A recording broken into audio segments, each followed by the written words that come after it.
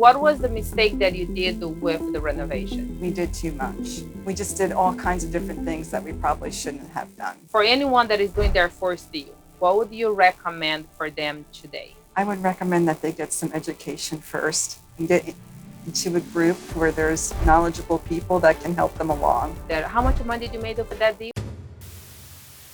The property was, I think it was $18,000. We put, I think, $60,000 into it. I sold it to an associate of mine who I worked with. She bought it, I think it was for $75,000. There was no profit there. It was really in the interest. What were you doing before you became a real estate investor? I was a registered nurse working for the VA. I'm retired. I was working full-time 40 years. What it took you so long to even pay attention to real estate? Well, because I was living a comfortable life on a W-2 income.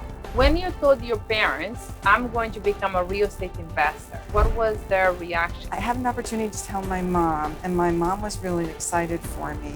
Actually, she invested in some of my first properties. Do you have brothers and sisters? I have a sister and a brother who has passed, but he actually did some of the work on that first scary house that we bought.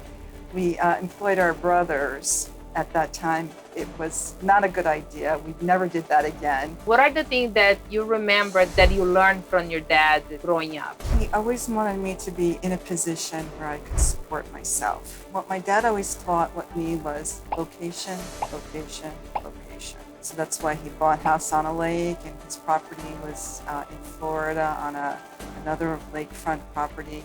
And so he always made sure that whatever he invested in, he did well. What was the fear that was going through your mind back then? That I didn't have enough knowledge or experience, and I didn't want to make a mistake